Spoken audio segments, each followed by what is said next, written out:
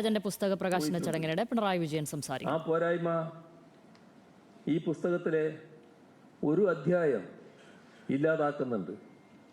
അംബേദ്കർ വളരെ കൃത്യമായി സനാതന ധർമ്മങ്ങൾക്ക് എതിരായിരുന്നുവെന്നും അതിനെ രൂക്ഷമായി വിമർശിച്ചിരുന്നുവെന്നും ഈ പുസ്തകത്തിൽ സ്ഥാപിക്കുന്നുണ്ട്.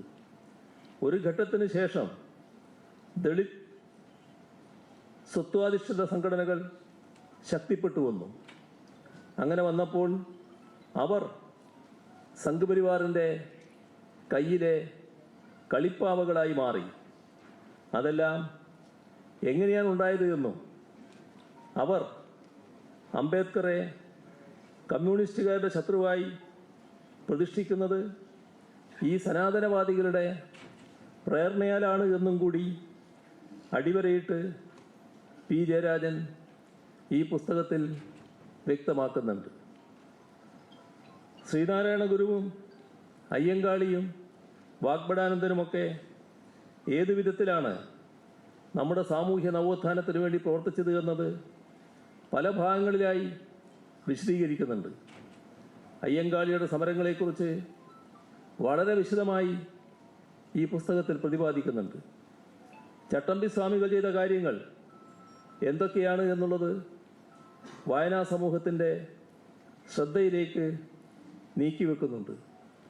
അതിൽ പ്രധാനപ്പെട്ട കാര്യം പരശുരാമൻ സൃഷ്ടിച്ചതാണ് കേരളം എന്ന വാദത്തെ ആദ്യമായി ഖണ്ഡിച്ചയാൾ ചട്ടമ്പി സ്വാമികളായിരുന്നു എന്നത് വളരെ വ്യക്തമായി ഈ പുസ്തകത്തിൽ സൂചിപ്പിക്കുന്നു എന്നതാണ്.